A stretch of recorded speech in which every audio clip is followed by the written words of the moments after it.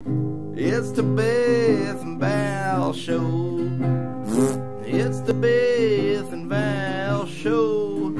Are there any good drinking games for people over 25?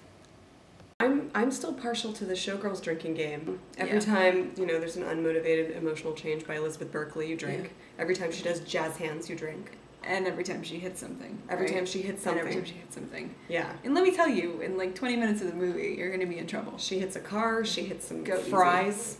Easy. She's doing this. And there's a lot of unmotivated emotional changes. That one sounds like it's going to be hard to point out. You're like, whoa, how am I going to know? Like, blah, blah, blah. And then you're like, oh, there it is. Yeah.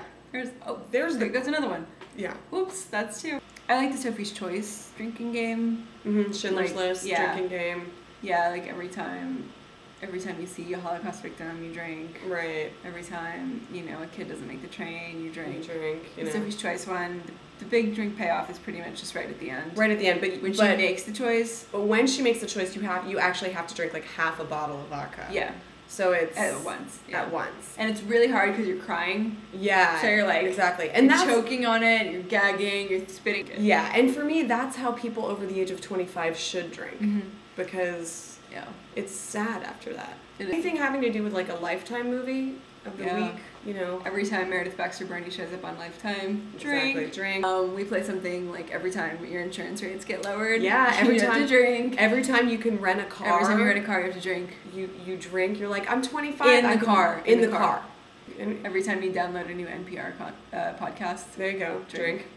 Every time you're at work and your boss asks you to copy something and you think to yourself, that's not my job. Drink. Yeah. In fact, you should just drink right away. Just drink at work. At work.